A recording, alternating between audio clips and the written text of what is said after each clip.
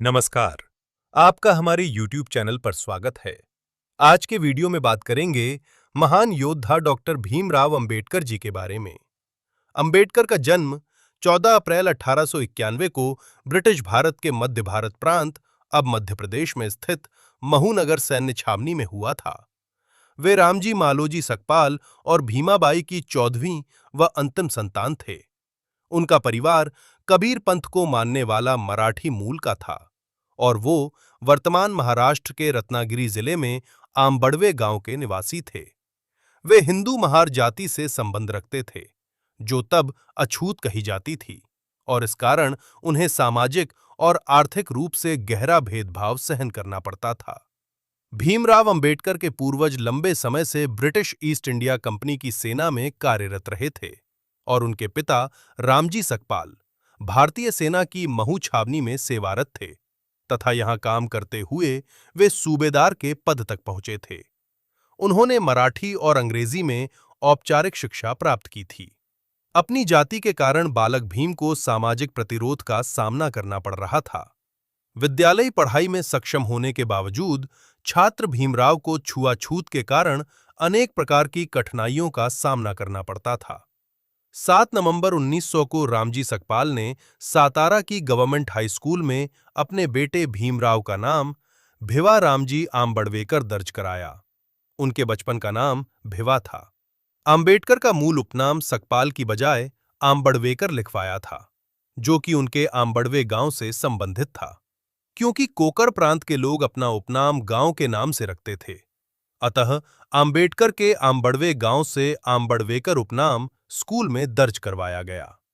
बाद में एक देवरुखे ब्राह्मण शिक्षक कृष्णा केशव अंबेडकर, जो उनसे विशेष स्नेह रखते थे, ने उनके नाम से आंबड़वेकर हटाकर अपना सरल आंबेडकर उपनाम जोड़ दिया। तब से आज तक वे आंबेडकर नाम से जाने जाते हैं। रमाबाई आंबेडकर, आंबेडकर की पत्नी रामजी सकपाल परिवार के साथ बंबई, अब मुंबई चले आए। अप्रैल 1906 में जब भीमराव लगभग 15 वर्ष आयु के थे, तो 9 साल की लड़की रमाबाई से उनकी शादी कराई गई थी। तब वे 5वीं अंग्रेजी कक्षा पढ़ रहे थे। उन दिनों भारत में बाल विवाह का प्रचलन था। आंबेडकर विपुल प्रतिभा के छात्र थे। उन्होंने कोलंबिया विश्वविद्यालय और लंदन स्कूल ऑफ इकोनॉमिक्स, दोनों ही विश्वविद्यालयों से अर्थशास्त्र में डॉक्टरेट की उपाधियां प्राप्त कीं तथा विधि, अर्थशास्त्र और राजनीति विज्ञान में शोध कार्य भी किए थे। व्यावसायिक जीवन के आरंभिक भाग में वे अर्थशास्त्र के प्रोफेसर रहे एवं वकालत भी की तथा बाद का जीवन राजनीतिक गतिविधियों में अधिक बीता। इसके बाद आंबेडकर भारत की स्वतंत्रता के लिए प्रचार और चर्चाओं में शामिल हो गए और पत्रिकाओं को प्रकाशित की। उन्होंने दलितों के लिए राजनीतिक अधिकारों की तथा सामाजिक स्वतंत्रता की वकालत की और भारत के निर्माण में उनका महत्वपूर्ण योगदान रहा। हिंदू धर्म में व्याप्त कुरीतियों और छुआछूत की प्रथा से तंग आकर सन 1956 में उन्होंने बौद्ध धर्म अपना लिया था। सन 1990 में उन्हें भारत रत्न, भारत के सर्वोच्च नागरिक सम्मान से मरणोपरांत सम्मानित किया गया था। 14 अप्रैल को उनका जन्मदिवस आंबेडकर जयंती के तौर पर भारत समेत दुनिया भर में मनाया जाता है। डॉक्टर आंबेडकर की विरासत में लोकप्रिय संस्कृति में कई स्मारक और चित्रण शामिल हैं। उनका निधन 6 दिसंबर 1956 को हुआ, इसलिए हर साल 6 दिसंबर को महापरिनिर्वाण दिवस आयोजित किया जाता है। प्राथमिक शिक्षा। अंबेडकर ने सातारा नगर में राजवाड़ा चौक पर स्थित शासकीय हाई स्कूल, अब प्रताप सिंह हाई स्कूल में 7 नवंबर 1900 को अंग्रेजी की पहली कक्षा में प्रवेश लिया।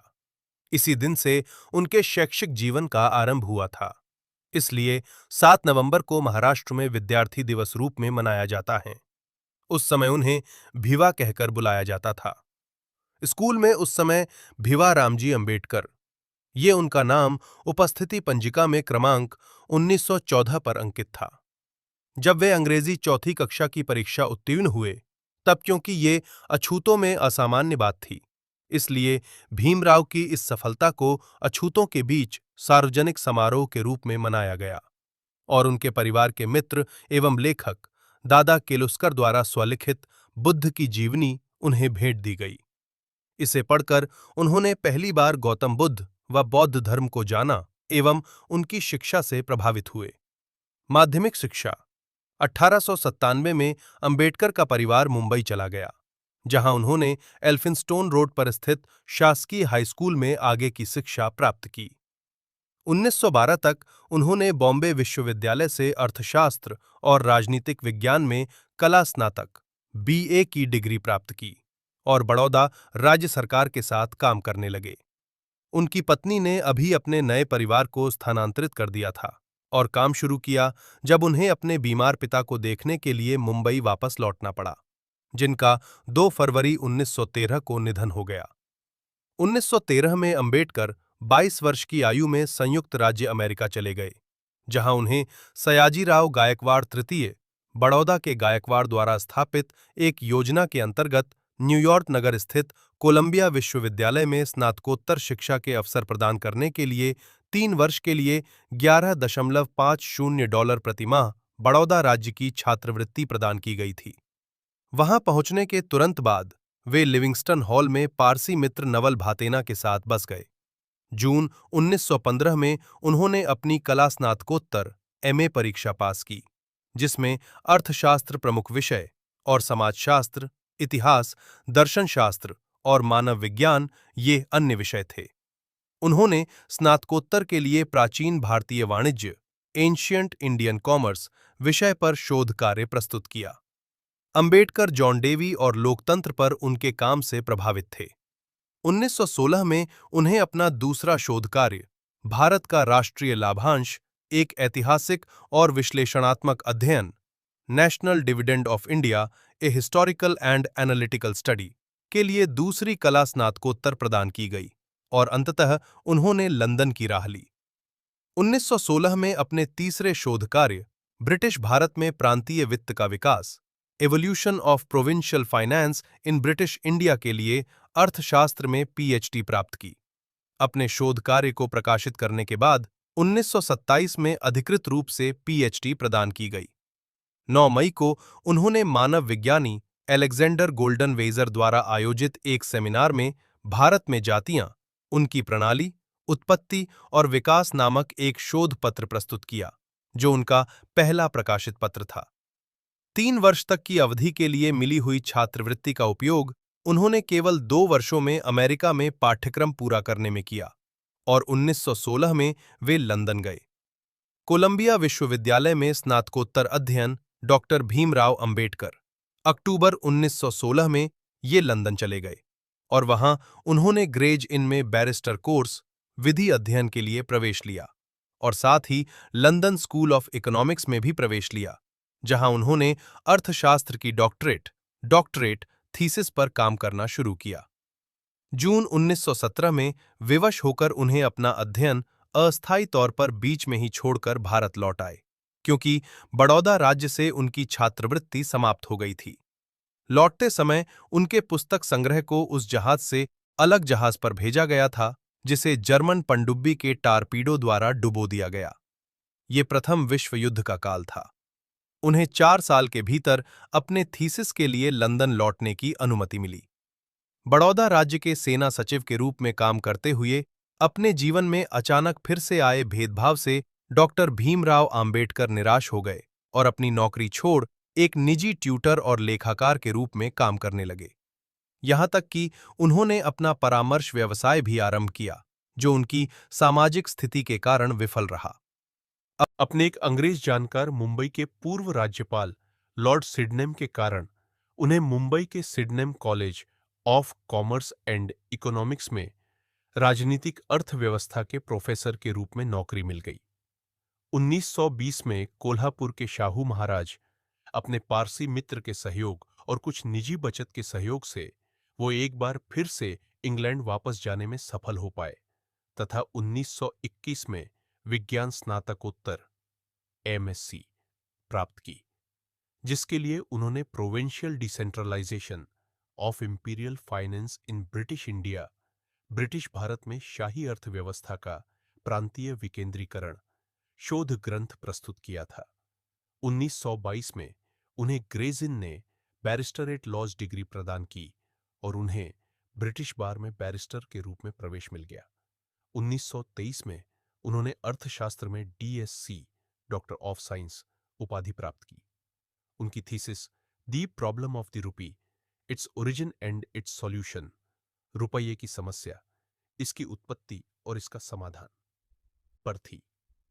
लंदन का अध्ययन पूर्ण कर भारत वापस लौटते हुए भीमराव आंबेडकर 3 महीने जर्मनी में रुके, जहां उन्होंने अपना अर्थशास्त्र का अध्ययन बॉन विश्वविद्यालय में जारी रखा।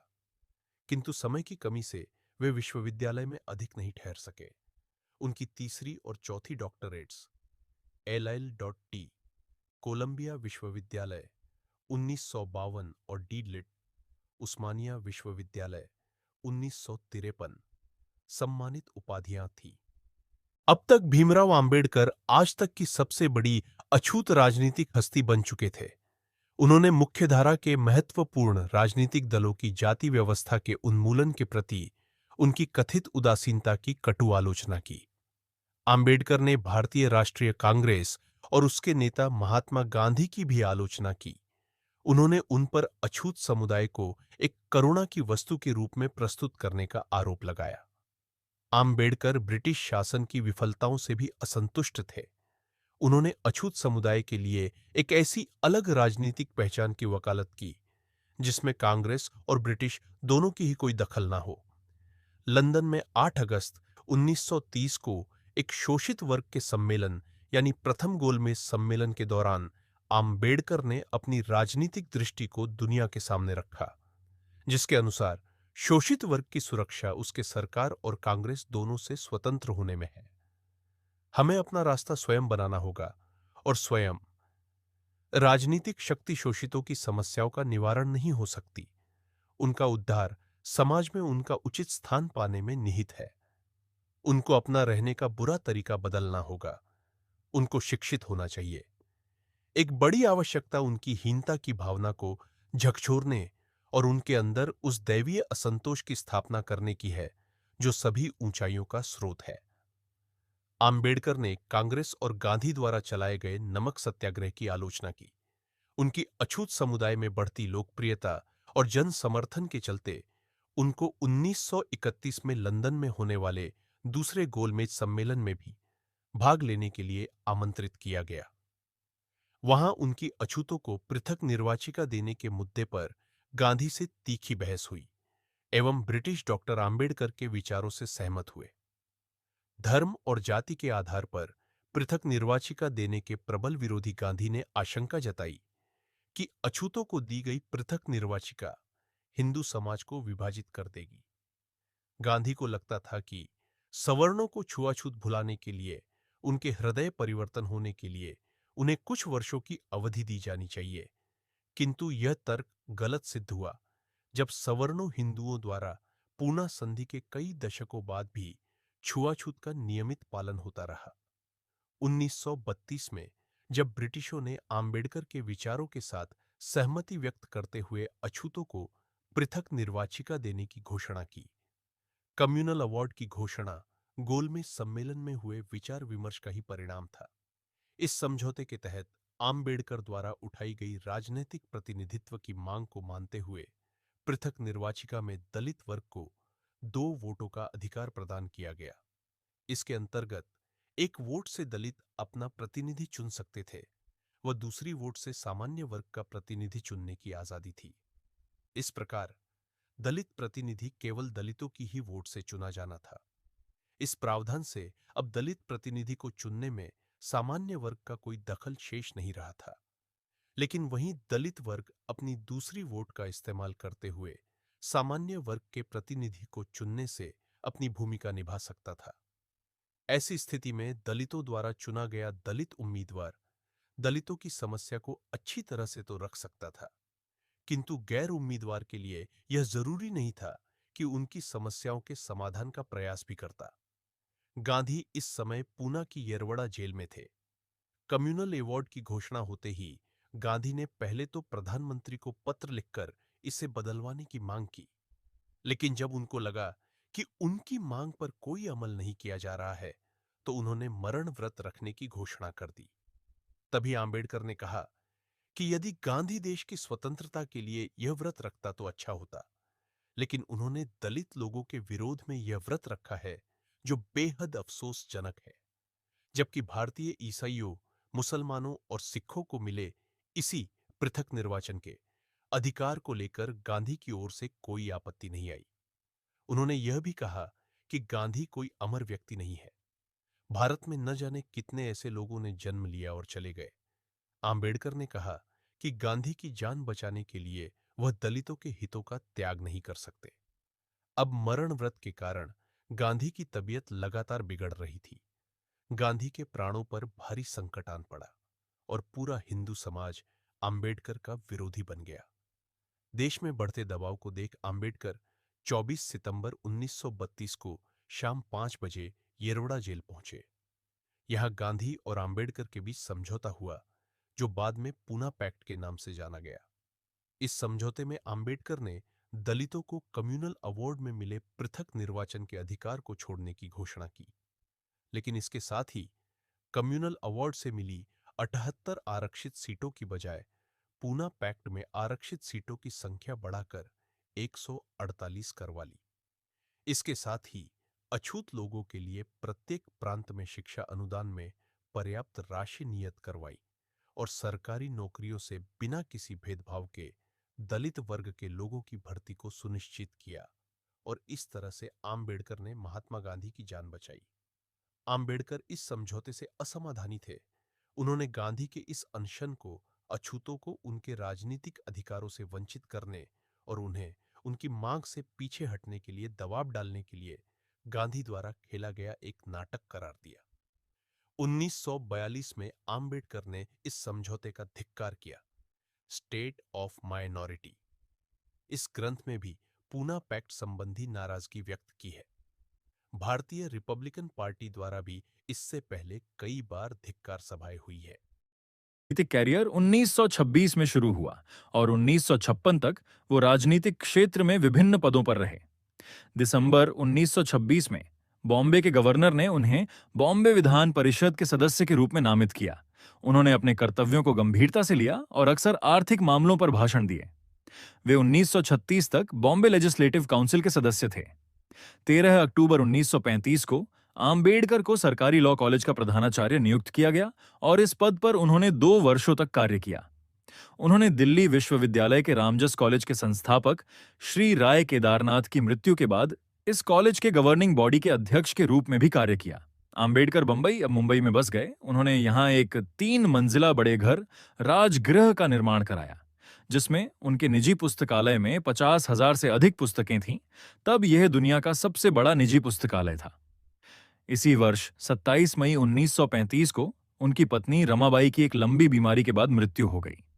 रमाबाई अपनी मृत्यु से पहले तीर्थ यात्रा के लिए पंढरपुर जाना चाहती थीं, पर आम्बेडकर ने उन्हें इसकी इजाजत नहीं दी। आम्बेडकर ने कहा कि उस हिंदू तीर्थ में जहां उनको अछूत माना जाता है, जाने का कोई औचित्य नहीं है। इसके बजाय उन्होंने उनके लिए एक नया पंढरपुर बनाने की बात कही। 1936 में आम्बेडकर ने स्वतंत्र लेबर पार्टी की स्थापना की, जो 1937 में केंद्रीय विधानसभा चुनावों में 13 सीटें जीती। आम्बेडकर को बॉम्बे विधानसभा के विधायक के रूप में चुना गया था। वह 1942 तक विधानसभा के सदस्य रहे और इस दौरान उन्होंने बॉम्बे विधानसभा में विपक्ष के नेता के रूप में भी कार्य किया। इसी वर्ष आम्बेडकर ने 15 मई 1936 को अपनी पुस्तक एनिहिलेशन ऑफ कास्ट, जाति प्रथा का विनाश, प्रकाशित की, जो उनके न्यूयॉर्क में लिखे एक शोध पत्र पर आधारित थी। इस पुस्तक में आम्बेडकर ने हिंदू धार्मिक नेताओं और जाति व्यवस्था की जोरदार आलोचना की। उन्होंने अछूत समुदाय के लोगों को गांधी द्वारा रचित शब्द हरिजन पुकारने के कांग्रेस के फैसले की कड़ी निंदा की। बाद में 1955 के बीबीसी साक्षात्कार में उन्होंने गांधी पर उनके गुजराती भाषा के पत्रों में जाति व्यवस्था का समर्थन करना तथा अंग्रेजी भाषा पत्रों में जाति व्यवस्था का विरोध करने का आरोप लगाया। All India scheduled castes federation एक सामाजिक राजनीतिक संगठन था, जिसकी स्थापना दलित समुदाय के अधिकारों के लिए अभियान चलाने के लिए 1942 में आम्बेडकर द्वारा की गई थी। वर्ष 1942 से 1946 के दौरान आम्बेडकर ने रक्षा सलाहकार समिति और वायसराय की कार्यकारी परिषद में श्रम मंत्री के रूप में सेवारत रहे। आम्बेडकर ने भारत की आजादी की लड़ाई में सक्रिय रूप से हिस्सा लिया था। पाकिस्तान की मांग कर रहे मुस्लिम लीग के लाहौर रिजोल्यूशन 1940 के बाद आम्बेडकर ने थॉट्स ऑन पाकिस्तान नामक 400 पृष्ठों वाला एक पुस्तक लिखा, जिसने अपने सभी पहलुओं में पाकिस्तान की अवधारणा का विश्लेषण किया। इसमें उन्होंने मुस्लिम लीग की मुसलमानों के लिए एक अलग देश पाकिस्तान की मांग की आलोचना की। साथ ही यह तर्क भी दिया कि हिंदुओं को मुसलमानों के पाकिस्तान का स्वीकार करना चाहिए। उन्होंने प्रस्तावित किया कि मुस्लिम और गैर मुस्लिम बहुमत वाले हिस्सों को अलग करने के लिए पंजाब और बंगाल की प्रांतीय सीमाओं को फिर से तैयार किया जाना चाहिए। उन्होंने सोचा कि मुसलमानों को प्रांतीय सीमाओं को फिर से निकालने के लिए कोई आपत्ति नहीं हो सकती है।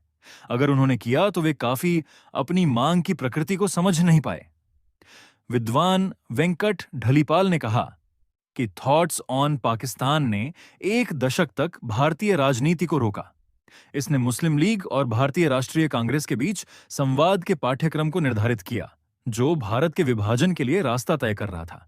हालांकि वे मोहम्मद अली जिन्नाह और मुस्लिम लीग की विभाजनकारी सांप्रदायिक रणनीति के घोर आलोचक थे, पर उन्होंने तर्क दिया कि हिंदुओं और मुसलमानों को पृथक कर देना चाहिए और पाकिस्तान का गठन हो जाना चाहिए, क्योंकि एक ही देश का नेतृत्व करने के लिए जातीय राष्ट्रवाद के चलते देश के भीतर और अधिक हिंसा पनपेगी। उन्होंने हिंदू और मुसलमानों के सांप्रदायिक विभाजन के बारे में अपने विचार के पक्ष में ऑटोमन साम्राज्य और चेकोस्लोवाकिया के विघटन जैसी ऐतिहासिक घटनाओं का उल्लेख किया। उन्होंने पूछा कि क्या पाकिस्तान की स्थापना के लिए पर्याप्त कारण मौजूद थे, और सुझाव दिया कि हिंदू और मुसलमानों के बीच के मतभेद एक कम कठोर कदम से भी मिटाना संभव हो सकता था। उन्होंने लिखा है कि पाकिस्तान को अपने अस्तित्व का औचित्य सिद्ध करना चाहिए। कनाडा जैसे देशों में भी सांप्रदायिक मुद्दे हमेशा से रहे हैं, पर आज भी अंग्रेज और फ्रांसीसी एक साथ रहते हैं, तो क्या हिंदू और मुसलमान भी साथ नहीं रह सकते? उन्होंने चेताया कि दो देश बनाने के समाधान का वास्तविक क्रियान्वयन अत्यंत कठिनाई भरा होगा। विशाल जनसंख्या के स्थानांतरण के साथ सीमा विवाद की समस्या भी रहेगी। भारत की स्वतंत्रता के बाद होने वाली हिंसा को ध्यान में रखकर की गई यह भविष्यवाणी सही थी। What Congress and Gandhi have done to the untouchables? Congress और गांधी ने अछूतों के लिए क्या किया? इस किताब के साथ आम्बेडकर ने गांधी और कांग्रेस दोनों पर अपने हमलों को तीखा कर दिया। उन्होंने उन पर ढोंग करने का आरोप लगाया। आम्बेडकर ने अपनी राजनीतिक पार्टी को अखिल भारतीय अनुसूचित जाति फेडरेशन, शेड्यूल्ड कास्ट फेडरेशन में बदलते देखा। हालांकि 1946 में आयोजित भारत के संविधान सभा के लिए हुए चुनाव में खराब प्रदर्शन किया।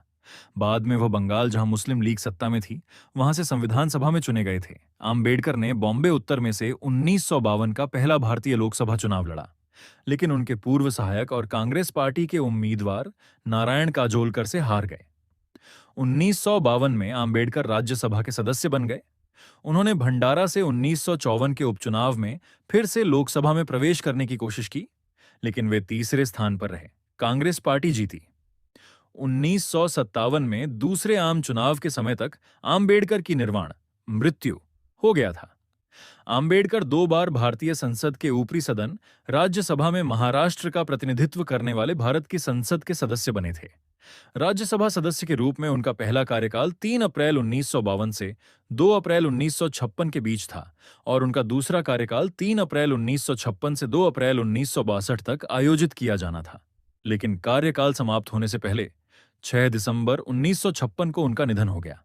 30 सितंबर 1956 को आम्बेडकर ने अनुसूचित जाति महासंघ को खारिज करके रिपब्लिकन पार्टी ऑफ इंडिया की स्थापना की घोषणा की थी, लेकिन पार्टी के गठन से पहले 6 दिसंबर 1956 को उनका निधन हो गया। उसके बाद उनके अनुयायियों और कार्यकर्ताओं ने इस पार्टी के गठन की योजना बनाई। पार्टी की स्थापना के लिए 1 अक्टूबर 1957 को प्रेसिडेंसी की एक बैठक नागपुर में आयोजित की गई थी। इस बैठक में एन शिवराज, यशवंत आम्बेडकर, पीटी बोराले, एजी पवार, दत्ता कट्टी, डीटी बोराले, एजी पवार, दत्ता कट्टी, डीए रूपवते उपस्थित थे।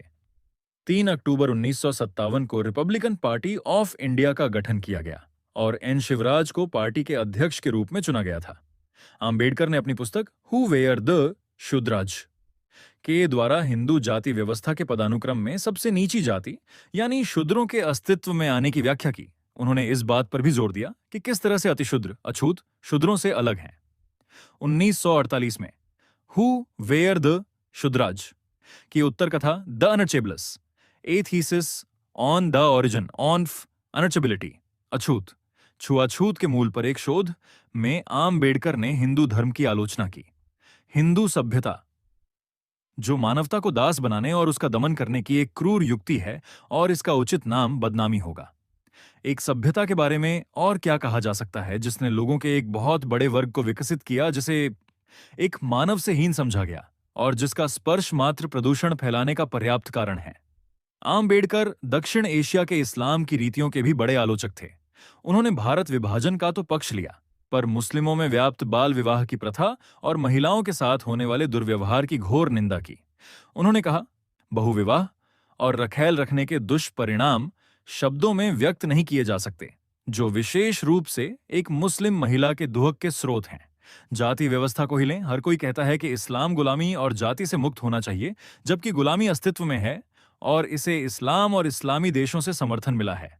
जबकि कुरान में निहित गुलामों के न्याय और मानवीय उपचार के बारे में पैगंबर द्वारा किए गए नुस्खे प्रशंसनीय हैं, इस्लाम में ऐसा कुछ भी नहीं है जो इस अभिशाप के उन्मूलन का समर्थन करता हो। अगर गुलामी खत्म भी हो जाए, पर फिर भी मुसलमानों के बीच जाति व्यवस्था रह जाएगी। आम्बेडकर दक्षिण एशिया के इस्लाम की रीतियों के भी बड़े आलोचक थे। उन्होंने भारत विभाजन का तो पक्ष लिया, पर मुस्लिमों में व्याप्त बाल विवाह की प्रथा और महिलाओं के साथ होने वाले दुर्व्यवहार की घोर निंदा की। उन्होंने कहा, बहुविवाह और रखैल रखने के दुष्परिणाम शब्दों में व्यक्त नहीं किए जा सकते, जो विशेष रूप से एक मुस्लिम महिला के दुहक के स्रोत हैं।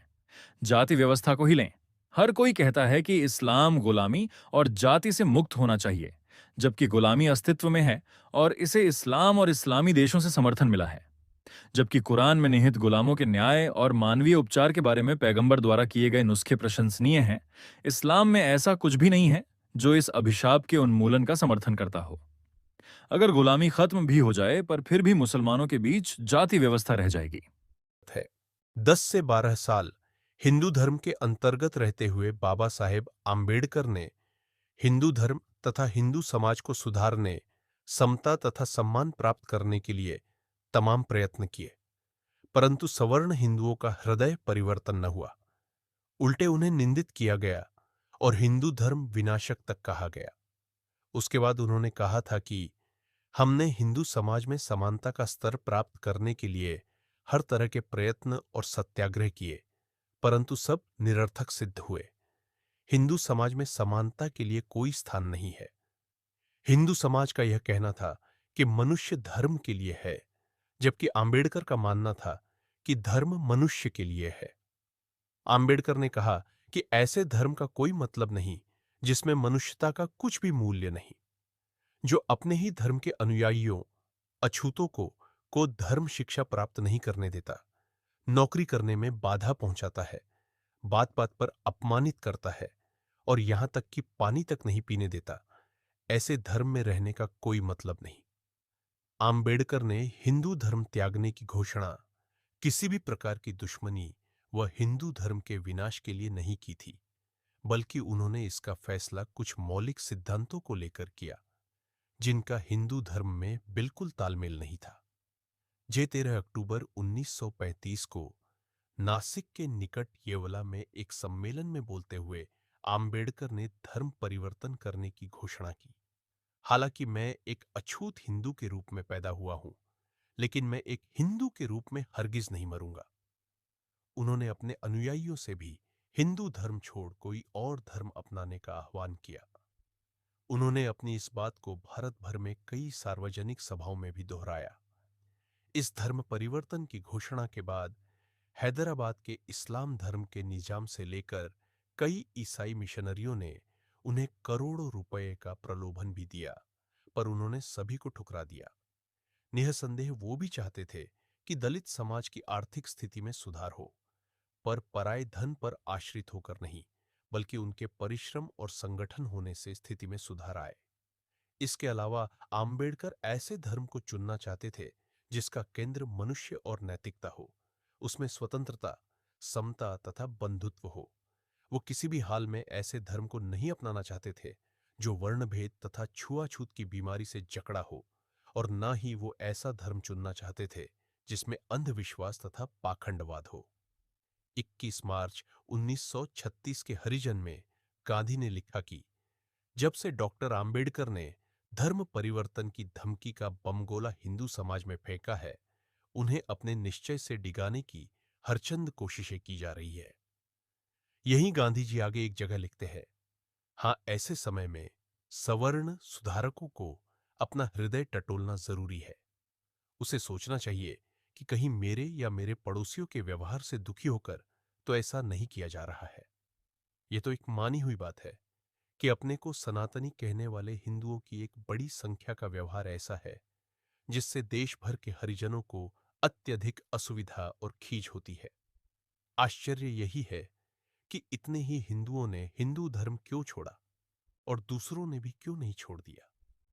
ये तो उनकी प्रशंसनीय वफादारी या हिंदू धर्म की श्रेष्ठता ही है, जो उसी धर्म के नाम पर इतनी निर्दयता होते हुए भी लाखों हरिजन उसमें बने हुए हैं। आम्बेडकर ने धर्म परिवर्तन की घोषणा करने के बाद 21 वर्ष तक के समय के बीच उन्होंने विश्व के सभी प्रमुख धर्मों का गहन अध्ययन किया। उनके द्वारा इतना लंबा समय लेने का मुख्य कारण यह भी था कि वो चाहते थे कि जिस समय वो धर्म परिवर्तन करें, उनके साथ ज्यादा से ज्यादा उनके अनुयायी धर्मांतरण करें। आम्बेडकर बौद्ध धर्म को पसंद करते थे क्योंकि उसमें 3 सिद्धांतों का समन्वित रूप मिलता है जो किसी अन्य धर्म में नहीं मिलता। बौद्ध धर्म प्रज्ञा, अंधविश्वास तथा अति प्रकृतिवाद के स्थान पर बुद्धि का प्रयोग, करुणा, प्रेम और समता समानता की शिक्षा देता है। उनका कहना था कि मनुष्य इन्हीं बातों को शुभ तथा आनंदित जीवन के लिए चाहता है। देवता और आत्मा समाज को नहीं बचा सकते। आम्बेडकर के अनुसार सच्चा धर्म वही है जिसका केंद्र मनुष्य तथा नैतिकता हो, विज्ञान अथवा बौद्धिक तत्व पर आधारित हो, न कि धर्म का केंद्र ईश्वर, आत्मा की मुक्ति और मोक्ष। साथ ही उनका कहना था, धर्म का कार्य विश्व का पुनर्निर्माण करना होना चाहिए, न कि उसकी उत्पत्ति और अंत की व्याख्या करना। वह जनतांत्रिक समाज व्यवस्था के पक्षधर थे क्योंकि उनका मानना था ऐसी स्थिति में धर्म मानव जीवन का मार्गदर्शक बन सकता है। ये सब बातें उन्हें एकमात्र बौद्ध धर्म में मिली। गांधी व कांग्रेस की कटु आलोचना के बावजूद आम्बेडकर की प्रतिष्ठा एक अद्वितीय विद्वान और विधिवेत्ता की थी, जिसके कारण जब 15 अगस्त 1947 को भारत को स्वतंत्रता मिलने के बाद कांग्रेस के नेतृत्व वाली नई सरकार अस्तित्व में आई, तो उसने आम्बेडकर को देश के पहले कानून एवं न्याय मंत्री के रूप में सेवा करने के लिए आमंत्रित किया, जिसे उन्होंने स्वीकार कर लिया।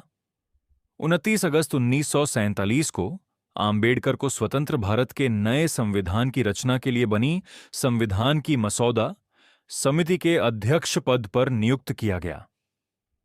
संविधान निर्माण के कार्य में आम्बेडकर का शुरुआती बौद्ध संघ रीतियों और अन्य बौद्ध ग्रंथों का अध्ययन भी काम आया। आम्बेडकर एक बुद्धिमान संविधान विशेषज्ञ थे। उन्होंने लगभग 60 देशों के संविधानों का अध्ययन किया था। आम्बेडकर को भारत के संविधान का पिता के रूप में मान्यता प्राप्त है। डॉक्टर भीमराव आम्बेडकर ने भारतीय संविधान लिखकर भारत को एक अच्छा देश बनाया। संविधान सभा में मसौदा समिति के सदस्य टी कृष्णामाचारी ने कहा, अध्यक्ष महोदय, मैं सदन में उन लोगों में से एक हूं जिन्होंने डॉक्टर आम्बेडकर की बात को बहुत ध्यान से सुना है। मैं इस संविधान की ड्राफ्टिंग के काम में जुटे काम और उत्साह के बारे में जानता हूं।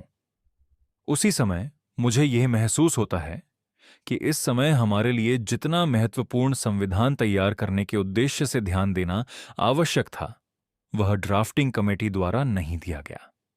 सदन को शायद 7 सदस्यों की जानकारी है।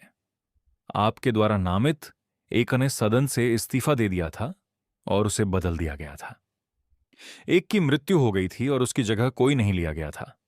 एक अमेरिका में था और उसका स्थान नहीं भरा गया, और एक अन्य व्यक्ति राज्य के मामलों में व्यस्त था और उस सीमा तक एक शून्य था। 1 या 2 लोग दिल्ली से बहुत दूर थे और शायद स्वास्थ्य के कारणों ने उन्हें भाग लेने की अनुमति नहीं दी। इसलिए अंततः यह हुआ कि इस संविधान का मसौदा तैयार करने का सारा भार डॉक्टर आम्बेडकर पर पड़ा, और मुझे कोई संदेह नहीं है कि हम उनके लिए आभारी हैं। इस कार्य को प्राप्त करने के बाद मैं ऐसा मानता हूं कि यह निस्संदेह सराहनीय है। ग्रैनविले ऑस्टिन ने पहला और सबसे महत्वपूर्ण सामाजिक दस्तावेज के रूप में आम्बेडकर द्वारा तैयार भारतीय संविधान का वर्णन किया। भारत के अधिकांश संवैधानिक प्रावधान या तो सामाजिक क्रांति के उद्देश्य को आगे बढ़ाने या इसकी उपलब्धि के लिए जरूरी स्थितियों की स्थापना करके इस क्रांति को बढ़ावा देने के प्रयास में सीधे पहुंचे हैं। आम्बेडकर द्वारा तैयार किए गए संविधान के पाठ में व्यक्तिगत नागरिकों के लिए नागरिक स्वतंत्रता की एक विस्तृत श्रृंखला के लिए संवैधानिक गारंटी और सुरक्षा प्रदान की गई है, जिसमें धर्म की आजादी, छुआछूत को खत्म करना और भेदभाव के सभी रूपों का उल्लंघन करना शामिल है। आम्बेडकर ने महिलाओं के लिए व्यापक आर्थिक और सामाजिक अधिकारों के लिए तर्क दिया और अनुसूचित जातियों एससी और अनुसूचित जनजातियों एसटी और अन्य पिछड़ा वर्ग ओबीसी के सदस्यों के लिए नागरिक सेवाओं, स्कूलों और कॉलेजों में नौकरियों के आरक्षण की व्यवस्था शुरू करने के लिए असेंबली का समर्थन जीता, जो कि सकारात्मक कार्रवाई थी। भारत के सांसदों ने इन उपायों के माध्यम से भारत की निराशाजनक कक्षाओं के लिए सामाजिक आर्थिक असमानताओं और अवसरों की कमी को खत्म करने की उम्मीद की। संविधान सभा द्वारा 26 नवंबर 1949 को संविधान अपनाया गया था। अपने काम को पूरा करने के बाद बोलते हुए आम्बेडकर ने कहा, मैं महसूस करता हूं कि संविधान साध्य, काम करने लायक है। यह लचीला है, पर साथ ही यह इतना मजबूत भी है कि देश को शांति और युद्ध दोनों के समय जोड़कर रख सके। वास्तव में मैं कह सकता हूं कि अगर कभी कुछ गलत हुआ तो इसका कारण यह नहीं होगा कि हमारा संविधान खराब था, बल्कि इसका उपयोग करने वाला मनुष्य अधम था। अनुच्छेद 370 का विरोध आम्बेडकर ने भारत के संविधान के अनुच्छेद 370 का विरोध किया, जिसने जम्मू कश्मीर राज्य को विशेष दर्जा दिया और जिसे उनकी इच्छाओं के खिलाफ संविधान में शामिल किया गया था। बलराज माधोक ने कहा था कि आम्बेडकर ने कश्मीरी नेता शेख अब्दुल्ला को स्पष्ट रूप से बताया था, आप चाहते हैं कि भारत को आपकी सीमाओं की रक्षा करनी चाहिए, उसे आपके क्षेत्र में सड़कों का निर्माण करना चाहिए, उसे आपको अनाज की आपूर्ति करनी चाहिए और कश्मीर को भारत के समान दर्जा देना चाहिए। लेकिन भारत सरकार के पास केवल सीमित शक्तियां होनी चाहिए और भारतीय लोगों को कश्मीर में कोई अधिकार नहीं होना चाहिए। इस प्रस्ताव को सहमति देने के लिए मैं भारत के कानून मंत्री के रूप में भारत के हितों के खिलाफ एक विश्वासघाती बात होंगी, यह कभी नहीं करेगा। फिर अब्दुल्ला ने नेहरू से संपर्क किया, जिन्होंने उन्हें गोपाल स्वामी अयंगार को निर्देशित किया, जिन्होंने बदले में वल्लभ भाई पटेल से संपर्क किया और कहा कि नेहरू ने एसके का वादा किया था। अब्दुल्ला विशेष स्थिति। पटेल द्वारा अनुच्छेद पारित किया गया, जबकि नेहरू एक विदेश दौरे पर थे। जिस दिन लेख चर्चा के लिए आया था, आम्बेडकर ने इस पर सवालों का जवाब नहीं दिया, लेकिन अन्य लेखों पर भाग लिया। सभी तर्क कृष्णा स्वामी अयंगार द्वारा किए गए थे। मैं व्यक्तिगत रूप से समझ नहीं पा रहा हूं कि क्यों धर्म को इस विशाल व्यापक क्षेत्राधिकार के रूप में दी जानी चाहिए ताकि पूरे जीवन को कवर किया जा सके और उस क्षेत्र पर अतिक्रमण से विधायिका को रोक सके। सबके बाद हम क्या कर रहे हैं के लिए इस स्वतंत्रता, हमारे सामाजिक व्यवस्था में सुधार करने के लिए हमें यह स्वतंत्रता हो रही है जो असमानता, भेदभाव और अन्य चीजों से भरा है, जो हमारे मौलिक अधिकारों के साथ संघर्ष करते हैं। आम्बेडकर वास्तव में समान नागरिक संहिता के पक्षधर थे और कश्मीर के मामले में धारा 370 का विरोध करते थे। आम्बेडकर का भारत आधुनिक, वैज्ञानिक सोच और तर्कसंगत विचारों का देश होता, उसमें पर्सनल कानून की जगह नहीं होती। संविधान सभा में बहस के दौरान आम्बेडकर ने एक समान नागरिक संहिता को अपनाने की सिफारिश करके भारतीय समाज में सुधार करने की अपनी इच्छा प्रकट की। 1951 में संसद में अपने हिंदू कोड बिल, हिंदू संहिता विधेयक के मसौदे को रोके जाने के बाद आम्बेडकर ने मंत्रिमंडल से इस्तीफा दे दिया। हिंदू कोड बिल द्वारा भारतीय महिलाओं को कई अधिकारों प्रदान करने की बात कही गई थी। इस मसौदे में उत्तराधिकार, विवाह और अर्थव्यवस्था के कानूनों में लैंगिक समानता की मांग की गई थी। हालांकि प्रधानमंत्री नेहरू कैबिनेट और कुछ अन्य कांग्रेसी नेताओं ने इसका समर्थन किया, पर राष्ट्रपति राजेंद्र प्रसाद एवं वल्लभ भाई पटेल समेत संसद सदस्यों की एक बड़ी संख्या इसके खिलाफ थी। आम्बेडकर ने 1952 में बॉम्बे, उत्तर मध्य निर्वाचन क्षेत्र में लोकसभा का चुनाव एक निर्दलीय उम्मीदवार के रूप में लड़ा, पर वह हार गए। इस चुनाव में आम्बेडकर को 1,23,576 वोट तथा नारायण सड़ोबा काजोलकर को 1,38,137 वोटों का मतदान किया गया था। मार्च 1952 में उन्हें संसद के ऊपरी सदन यानी राज्यसभा के लिए नियुक्त किया गया और इसके बाद उनकी मृत्यु तक वो इस सदन के सदस्य रहे। देश से अर्थशास्त्र में डॉक्टरेट की डिग्री लेने वाले पहले भारतीय थे। उन्होंने तर्क दिया कि औद्योगिकीकरण और कृषि विकास से भारतीय अर्थव्यवस्था में वृद्धि हो सकती है। उन्होंने भारत में प्राथमिक उद्योग के रूप में कृषि में निवेश पर बल दिया।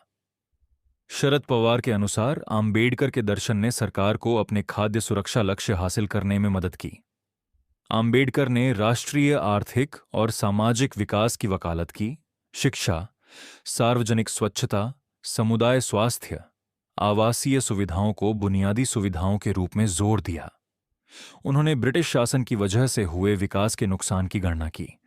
भारतीय रिजर्व बैंक आम्बेडकर को एक अर्थशास्त्री के तौर पर प्रशिक्षित किया गया था और 1921 तक एक पेशेवर अर्थशास्त्री बन चुके थे। जब वह एक राजनीतिक नेता बन गए तो उन्होंने अर्थशास्त्र पर 3 विद्वत्तापूर्ण पुस्तकें लिखीं। Administrations and Finance of the East India Company, The Evaluation of Provincial Finance in British India, The Problem of the Rupee, Its Origin and Its Solution, भारतीय रिजर्व बैंक RBI, आम्बेडकर के विचारों पर आधारित था जो उन्होंने हिल्टन यंग कमीशन को प्रस्तुत किए थे। आम्बेडकर की पहली पत्नी रमाबाई की लंबी बीमारी के बाद 1935 में निधन हो गया। 1940 के दशक के अंत में भारतीय संविधान के मसौदे को पूरा करने के बाद वह नींद के अभाव से पीड़ित थे। उनके पैरों में न्यूरोपैथिक दर्द था और इंसुलिन और होम्योपैथिक दवाएं ले रहे थे। वह उपचार के लिए बॉम्बे, मुंबई गए और वहां डॉक्टर शारदा कबीर से मिले, जिनके साथ उन्होंने 15 अप्रैल 1948 को नई दिल्ली में अपने घर पर विवाह किया था। डॉक्टरों ने एक ऐसे जीवन साथी की सिफारिश की जो एक अच्छा खाना पकाने वाली हो और उनकी देखभाल करने के लिए चिकित्सा ज्ञान हो। डॉक्टर शारदा कबीर ने विवाह के पश्चात सविता अम्बेडकर नाम अपनाया और उनके बाकी जीवन में उनकी देखभाल की। सविता अम्बेडकर, जिन्हें माई या माई साहेब कहा जाता था, का 29 मई 2003 को नई दिल्ली के मेहरौली में 93 वर्ष की आयु में निधन हो गया। सन 1950 के दशक में भीमराव आम्बेडकर बौद्ध धर्म के प्रति आकर्षित हुए और बौद्ध भिक्षुओं व विद्वानों के एक सम्मेलन में भाग लेने के लिए श्रीलंका, तब सिलोन, गए। पुणे के पास एक नया बौद्ध विहार को समर्पित करते हुए डॉ. आम्बेडकर ने घोषणा की कि वे बौद्ध धर्म पर एक पुस्तक लिख रहे हैं और जैसे ही यह समाप्त होगी वो औपचारिक रूप से बौद्ध धर्म अपना लेंगे। 1954 में आम्बेडकर ने म्यांमार का 2 बार दौरा किया। दूसरी बार वो रंगून में तीसरे विश्व बौद्ध फेलोशिप के सम्मेलन में भाग लेने के लिए गए। 1955 में उन्होंने भारतीय बौद्ध महासभा यानी बुद्धिस्ट सोसाइटी ऑफ इंडिया की स्थापना की। उन्होंने अपने अंतिम प्रसिद्ध ग्रंथ द बुद्ध एंड हिज धम्म को 1956 में पूरा किया। यह उनकी मृत्यु के पश्चात सन 1957 में प्रकाशित हुआ। इस ग्रंथ की प्रस्तावना में आम्बेडकर ने लिखा है कि मैं बुद्ध के धम्म को सबसे अच्छा मानता हूं। इससे किसी धर्म की तुलना नहीं की जा सकती है। यदि एक आधुनिक व्यक्ति जो विज्ञान को मानता है उसका धर्म कोई होना चाहिए तो वह धर्म केवल बौद्ध धर्म ही हो सकता है। सभी धर्मों के घनिष्ठ अध्ययन के 25 वर्षों के बाद यह दृढ़ विश्वास मेरे बीच बढ़ गया है। मैं भगवान बुद्ध और उनके मूल धर्म की शरण जा रहा हूं। मैं प्रचलित बौद्ध पंथों से तटस्थ हूं। मैं जिस बौद्ध धर्म को स्वीकार कर रहा हूं वह नव बौद्ध धर्म या नवयान है। 14 अक्टूबर 1956 को नागपुर शहर में डॉ भीमराव आम्बेडकर ने खुद और उनके समर्थकों के लिए एक औपचारिक सार्वजनिक धर्मांतरण समारोह का आयोजन किया। प्रथम डॉ आम्बेडकर ने अपनी पत्नी सविता एवं कुछ सहयोगियों के साथ भिक्षु महास्थवीर चंद्रमणि द्वारा पारंपरिक तरीके से त्रिरत्न और पंचशील को अपनाते हुए बौद्ध धर्म ग्रहण किया। इसके बाद उन्होंने अपने 5 लाख अनुयायियों को त्रिरत्न, पंचशील और 22 प्रतिज्ञाएं देते हुए नव्यान बौद्ध धर्म में परिवर्तित किया। डॉक्टर भीमराव आम्बेडकर जी व उनका का परिवार कबीर साहेब जी की विचारधारा से बहुत प्रभावित था तथा कबीर साहेब जी के ज्ञान को आधार बनाकर जीवन जीते थे। कबीर परमेश्वर जी ने पाखंडवाद तथा सामाजिक बुराइयों जैसे जातिवाद, गलत धार्मिक मान्यताएं, जीव हिंसा, नशाखोरी आदि आदि को दूर किया। वे देवताओं के संजाल को तोड़कर एक ऐसे मुक्त मनुष्य की कल्पना कर रहे थे जो धार्मिक तो हो लेकिन गैरबराबरी को जीवन मूल्य न माने। हिंदू धर्म के बंधनों को पूरी तरह पृथक किया जा सके, इसलिए आम्बेडकर ने अपने बौद्ध अनुयायियों के लिए 22 प्रतिज्ञाएं स्वयं निर्धारित की जो बौद्ध धर्म के दर्शन का ही एक सार है।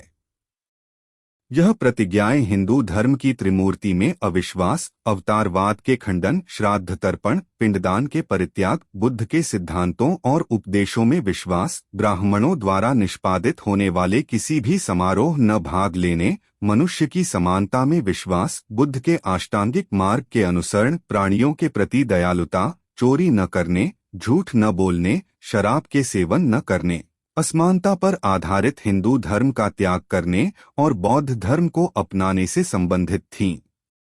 नव्यान लेकर आम्बेडकर और उनके समर्थकों ने विषमतावादी हिंदू धर्म और हिंदू दर्शन की स्पष्ट निंदा की और उसे त्याग दिया। आम्बेडकर ने दूसरे दिन 15 अक्टूबर को फिर वहां अपने 2 से 3 लाख अनुयायियों को बौद्ध धम्म की दीक्षा दी। यह वह अनुयायी थे जो 14 अक्टूबर के समारोह में नहीं पहुंच पाए थे या देर से पहुंचे थे। आम्बेडकर ने नागपुर में करीब 8 लाख लोगों बौद्ध धर्म की दीक्षा दी, इसलिए यह भूमि दीक्षा भूमि नाम से प्रसिद्ध हुई। तीसरे दिन 16 अक्टूबर को आम्बेडकर चंद्रपुर गए और वहां भी उन्होंने करीब 3 लाख समर्थकों को बौद्ध धम्म की दीक्षा दी। इस तरह केवल 3 दिन में आम्बेडकर ने स्वयं 11 लाख से अधिक लोगों को बौद्ध धर्म में परिवर्तित कर विश्व के बौद्धों की संख्या 11 लाख बढ़ा दी और भारत में बौद्ध धर्म को पुनर्जीवित किया। इस घटना से कई लोगों एवं बौद्ध देशों में से अभिनंदन प्राप्त हुए। इसके बाद वे नेपाल में चौथे विश्व बौद्ध सम्मेलन में भाग लेने के लिए काठमांडू गए। वहां वह काठमांडू शहर की दलित बस्तियों में गए थे। नेपाल का आम्बेडकरवादी आंदोलन दलित नेताओं द्वारा संचालित किया जाता है तथा नेपाल के अधिकांश दलित नेता यह मानते हैं कि आम्बेडकर का दर्शन भी जातिगत भेदभाव को मिटाने में सक्षम है। उन्होंने अपनी अंतिम पांडुलिपि बुद्ध और कार्ल मार्क्स को 2 दिसंबर 1956 को पूरा किया। 1948 से आम्बेडकर मधुमेह से पीड़ित थे। जून से अक्टूबर 1954 तक वो बहुत बीमार रहे। इस दौरान वो कमजोर होती दृष्टि से ग्रस्त थे। राजनीतिक मुद्दों से परेशान आम्बेडकर का स्वास्थ्य बद से बदतर होता चला गया और 1955 के दौरान किए गए लगातार काम ने उन्हें तोड़ कर रख दिया। अपनी अंतिम पांडुलिपि भगवान बुद्ध और उनका धम्म को पूरा करने के 3 दिन के बाद 6 दिसंबर 1956 को आम्बेडकर का महापरिनिर्वाण नींद में दिल्ली में उनके घर में हो गया। तब उनकी आयु 64 वर्ष एवं 7 महीने की थी। दिल्ली से विशेष विमान द्वारा उनका पार्थिव मुंबई में उनके घर राजगृह में लाया गया। 7 दिसंबर को मुंबई में दादर चौपाटी समुद्र तट पर बौद्ध शैली में अंतिम संस्कार किया गया, जिसमें उनके लाखों समर्थकों, कार्यकर्ताओं और प्रशंसकों ने भाग लिया। उनके अंतिम संस्कार के समय उनके पार्थिव को साक्षी रखकर उनके 10 लाख से अधिक अनुयायियों ने भदंत आनंद कौसल्यायन द्वारा बौद्ध धर्म की दीक्षा ली थी, क्योंकि आम्बेडकर ने 16 दिसंबर 1956 को मुंबई में एक बौद्ध धर्मांतरण कार्यक्रम आयोजित किया था। मृत्युपरांत आम्बेडकर के परिवार में उनकी दूसरी पत्नी सविता आम्बेडकर रह गई थीं, जो दलित बौद्ध आंदोलन में आम्बेडकर के बाद आम्बेडकर के साथ बौद्ध बनने वाली पहली व्यक्ति थी। विवाह से पहले उनकी पत्नी का नाम डॉ शारदा कबीर था।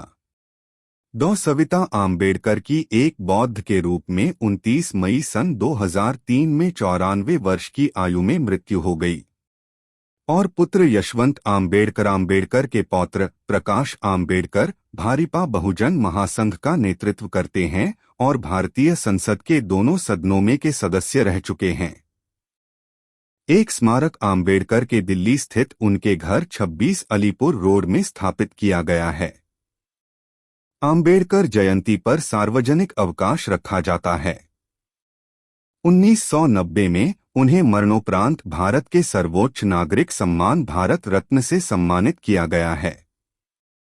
हर साल 20 लाख से अधिक लोग उनकी जयंती 14 अप्रैल, महापरिनिर्वाण यानी पुण्यतिथि 6 दिसंबर और धम्मचक्र प्रवर्तन दिवस 14 अक्टूबर को चैत्यभूमि मुंबई, दीक्षा भूमि नागपुर तथा भीम जन्मभूमि महू में उन्हें अपनी श्रद्धांजलि अर्पित करने के लिए इकट्ठे होते हैं। यहाँ हजारों किताबों की दुकान स्थापित की गई हैं और किताबें बेची जाती हैं। आम्बेडकर का उनके अनुयायियों को संदेश था। आम्बेडकर के दादा का नाम मालोजी सकपाल था तथा पिता का नाम रामजी सकपाल और माता का नाम भीमाबाई था। 1896 में आम्बेडकर जब 5 वर्ष के थे तब उनकी मां की मृत्यु हुई थी, इसलिए उन्हें बुआ मीराबाई संभाला था, जो उनके पिता की बड़ी बहन थी। मीराबाई के कहने पर रामजी ने जीजाबाई से पुनर्विवाह किया ताकि बालक भीमराव को मां का प्यार मिल सके। बालक भीमराव जब 5वीं अंग्रेजी कक्षा पढ़ रहे थे तब उनकी शादी रमाबाई से हुई। रमाबाई और भीमराव को 5 बच्चे भी हुए, जिनमें 4 पुत्र यशवंत, रमेश, गंगाधर, राजरत्न और एक पुत्री इंदु थी। किंतु यशवंत को छोड़कर सभी संतानों की बचपन में ही मृत्यु हो गई थी। प्रकाश, रमाबाई, आनंदराज तथा भीमराव यह चारों यशवंत आम्बेडकर की संतानें हैं। गुरु और उपास्य देवता। आम्बेडकर ने कहा था कि उनका जीवन 3 गुरुओं और 3 उपास्यों से सफल बना है। उन्होंने जिन 3 महान व्यक्तियों को अपना गुरु माना उसमें उनके पहले गुरु थे तथागत गौतम बुद्ध, दूसरे थे संत कबीर और तीसरे गुरु थे महात्मा ज्योतिराव फुले थे। उनके 3 उपास्य देवता थे ज्ञान, स्वाभिमान और शील। भीमराव अंबेडकर के विचार। जीवन में सफलता पाने के लिए शिक्षा का महत्व अपार है। ज्ञान शक्ति सबसे महान है। धर्म तो इसे सिखाता है कि कैसे जीना है, लेकिन सामाजिक विज्ञान यह सिखाता है कि कैसे धर्म को बनाए रखना है। धर्म एक होने पर भारत एक हो सकता है, नहीं तो नहीं। मैं भारतीय संविधान में अपने देशवासियों के लिए एक शिक्षा प्रणाली बनाने के लिए बहुत प्रेरित हूं। उत्तम परिणाम उत्तम प्रयासों से होते हैं। जो समाज में अपमानित है वह वास्तविक देशभक्त नहीं हो सकता। आम्बेडकरवाद आम्बेडकर की विचारधारा तथा दर्शन है। स्वतंत्रता, समानता, भाईचारा, बौद्ध धर्म, विज्ञानवाद, मानवतावाद, सत्य, अहिंसा आदि के विषय आम्बेडकरवाद के सिद्धांत हैं। छुआछूत को नष्ट करना, दलितों में सामाजिक सुधार, भारत में बौद्ध धर्म का प्रचार एवं प्रचार, भारतीय संविधान में निहित अधिकारों तथा मौलिक हकों की रक्षा करना, एक नैतिक तथा जातिमुक्त समाज की रचना और भारत देश प्रगति यह प्रमुख उद्देश्य शामिल हैं। आम्बेडकरवाद सामाजिक, राजनीतिक तथा धार्मिक विचारधारा है। भीमराव आम्बेडकर प्रतिभाशाली एवं जुझारू लेखक थे। आम्बेडकर को पढ़ने में बहुत रुचि थी तथा वे लेखन में भी रुचि रखते थे। इसके चलते उन्होंने मुंबई के अपने घर राजगृह में ही एक समृद्ध ग्रंथालय का निर्माण किया था, जिसमें उनकी 50,000 से भी अधिक किताबें थीं। अपने लेखन द्वारा उन्होंने दलितों व देश की समस्याओं पर प्रकाश डाला। उन्होंने लिखे हुए महत्वपूर्ण ग्रंथों में annihilation of caste, the Buddha and his Dhamma, caste in India, who were the Shudras, riddles in Hinduism आदि शामिल हैं। 32 किताबें और मोनोग्राफ, 22 पूर्ण तथा 10 अधूरी किताबें, 10 ज्ञापन, साक्ष्य और वक्तव्य, 10 अनुसंधान दस्तावेज, लेखों और पुस्तकों की समीक्षा एवं 10 प्रस्तावना और भविष्यवाणियां, इतनी सारी उनकी अंग्रेजी भाषा की रचनाएं हैं।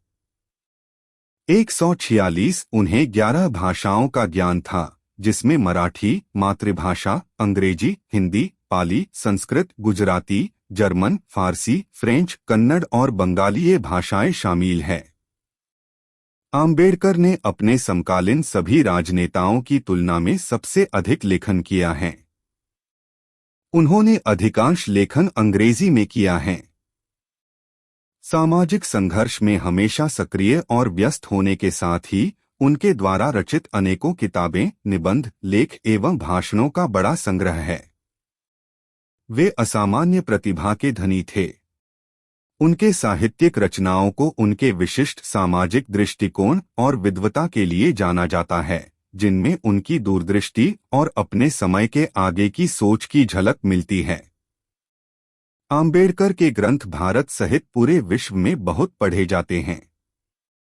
भगवान बुद्ध और उनका धम्म, यह उनका ग्रंथ भारतीय बौद्धों का धर्म ग्रंथ है तथा बौद्ध देशों में महत्वपूर्ण है।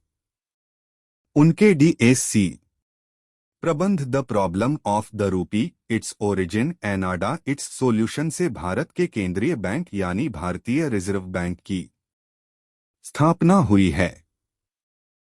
महाराष्ट्र सरकार के शिक्षा विभाग ने बाबा साहेब आम्बेडकर के संपूर्ण साहित्य को कई खंडों में प्रकाशित करने की योजना बनाई है और उसके लिए 15 मार्च 1976 को डॉ Baba Saheb Ambedkar material publication committee की स्थापना की। इसके अंतर्गत 2019 तक डॉ Baba Saheb Ambedkar writings and speeches नाम से 22 खंड अंग्रेजी भाषा में प्रकाशित किए जा चुके हैं और इनकी पृष्ठ संख्या 15,000 से भी अधिक हैं। इस योजना के पहले खंड का प्रकाशन आम्बेडकर के जन्म दिवस 14 अप्रैल 1979 को हुआ। इन 22 वॉल्यूम्स में वॉल्यूम 14 2 भागों में, वॉल्यूम 17 3 भागों में, वॉल्यूम 18 3 भागों में व संदर्भ ग्रंथ 2 हैं, यानी कुल 29 किताबें प्रकाशित हैं। 1987 से उनका मराठी अनुवाद करने का काम ने शुरू किया गया है, किंतु ये अभी तक पूरा नहीं हुआ। डॉ Baba Saheb Ambedkar writings and speeches के खंडों के महत्व एवं लोकप्रियता को देखते हुए भारत सरकार के सामाजिक न्याय और अधिकारिता मंत्रालय के डॉ आम्बेडकर प्रतिष्ठान ने इस खंडों के हिंदी अनुवाद प्रकाशित करने की योजना बनाई और इस योजना के अंतर्गत अभी तक बाबा साहेब डॉ आम्बेडकर संपूर्ण वाङ्मय नाम से 21 खंड हिंदी भाषा में प्रकाशित किए जा चुके हैं। यह 21 हिंदी खंड महज 10 अंग्रेजी खंडों का अनुवाद हैं। इन हिंदी खंडों के कई संस्करण प्रकाशित किए जा चुके हैं। आम्बेडकर का संपूर्ण लेखन साहित्य महाराष्ट्र सरकार के पास है, जिसमें से उनका आधे से अधिक साहित्य अप्रकाशित है। उनका पूरा साहित्य अभी तक प्रकाशित नहीं किया गया है। उनके अप्रकाशित साहित्य से 45 से अधिक खंड बन सकते हैं।